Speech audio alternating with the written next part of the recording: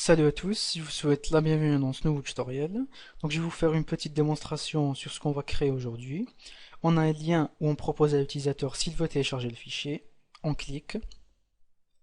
On a un décompte de 5 secondes qui apparaît.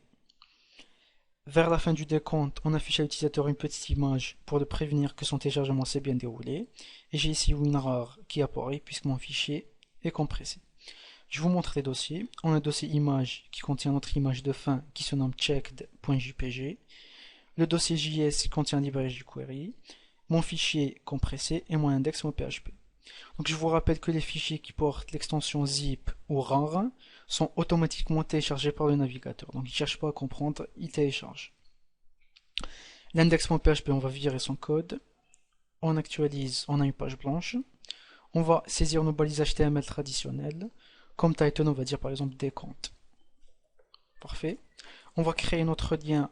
On va dire à l'utilisateur s'il veut télécharger le fichier. Le lien, il pointe vers nulle part pour que la page ne se rafraîchisse pas. On va lui attribuer un ID, ça va être link. Et on va dire télécharger le fichier. On ferme notre balise 1. On va créer un div avec l'id count. On va afficher à l'utilisateur le décompte. Et un autre div avec l'id, on va dire par exemple checked, pour afficher à l'utilisateur donc la petite image de fin. On ferme le div. À l'intérieur, on va importer notre image, donc image src qui se trouve dans le dossier image et qui se nomme checked.jpg.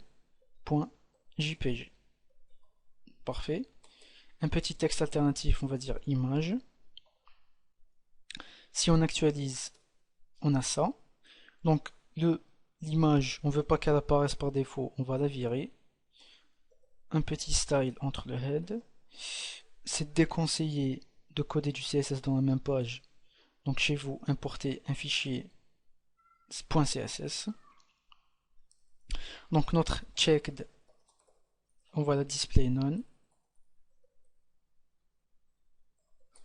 Parfait. Et on va importer notre librairie jQuery, donc script src dans le dossier JS qui se nomme jQuery.js. Et on va coder un petit script dans la page.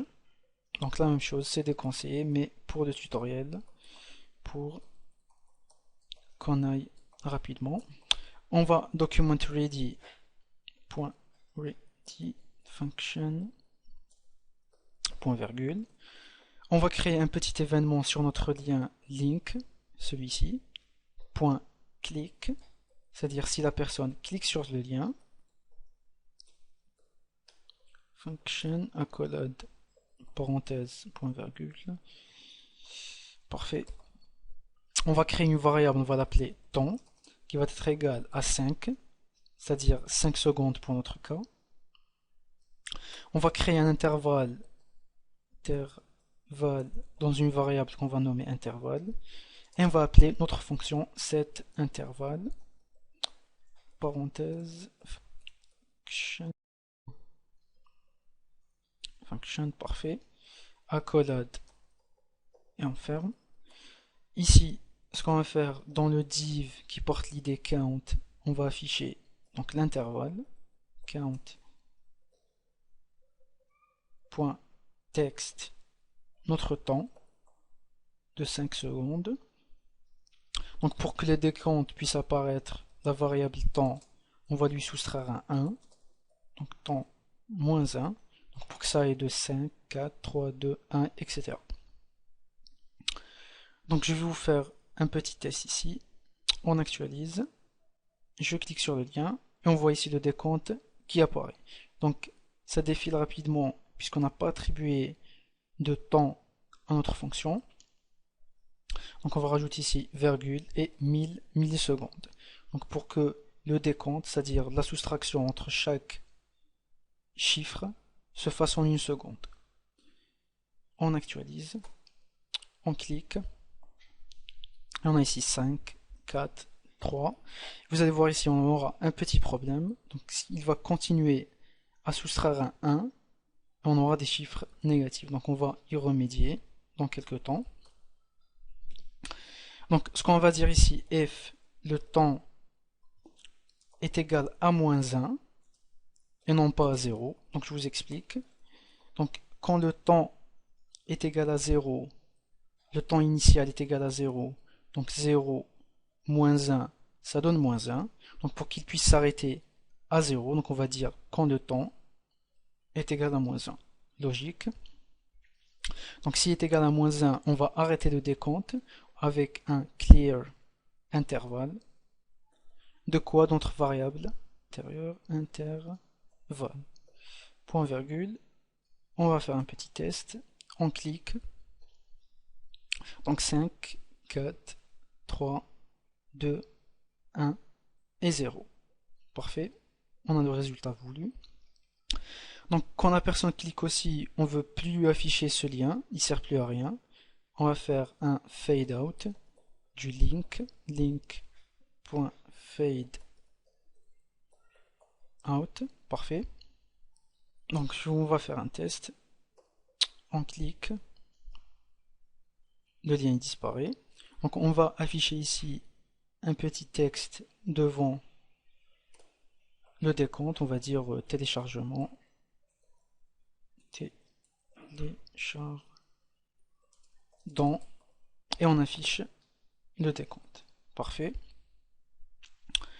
Donc ce qu'on va faire, on va afficher notre image. Donc dans le div qui porte l'id checked, qu'on a display none par défaut, on va l'afficher. Donc checked point show. Le décompte, on va le virer. Qui porte l'id count.hide. Parfait. Et on va lancer le téléchargement. Donc le téléchargement va se faire avec une redirection, puisque c'est un fichier qui porte l'extension .zip. Donc le navigateur va directement le télécharger quand il pointe sur lui. Donc c'est exactement le même cas, c'est comme si on faisait ça. Donc à href, et on va dire par exemple ici notre fichier .zip. Donc si la personne clique sur le lien, donc le navigateur va se pointer sur ce fichier, il va le télécharger. Donc pour notre cas, on va faire la redirection avec jQuery, avec un window.location. Et on précise le nom d'un fichier qui se nomme fichier.zip. Parfait, window. On va faire un petit test, on clique, je clique sur le lien, on a ici le décompte qui apparaît, on attend la fin du décompte, on a notre petite image et le téléchargement s'effectue. Donc on arrive à la fin de ce tutoriel. Si vous avez un problème en ce qui concerne ce tuto, postez votre question dans la partie commentaires en bas. Donc je vous remercie, on se voit dans le prochain tutoriel.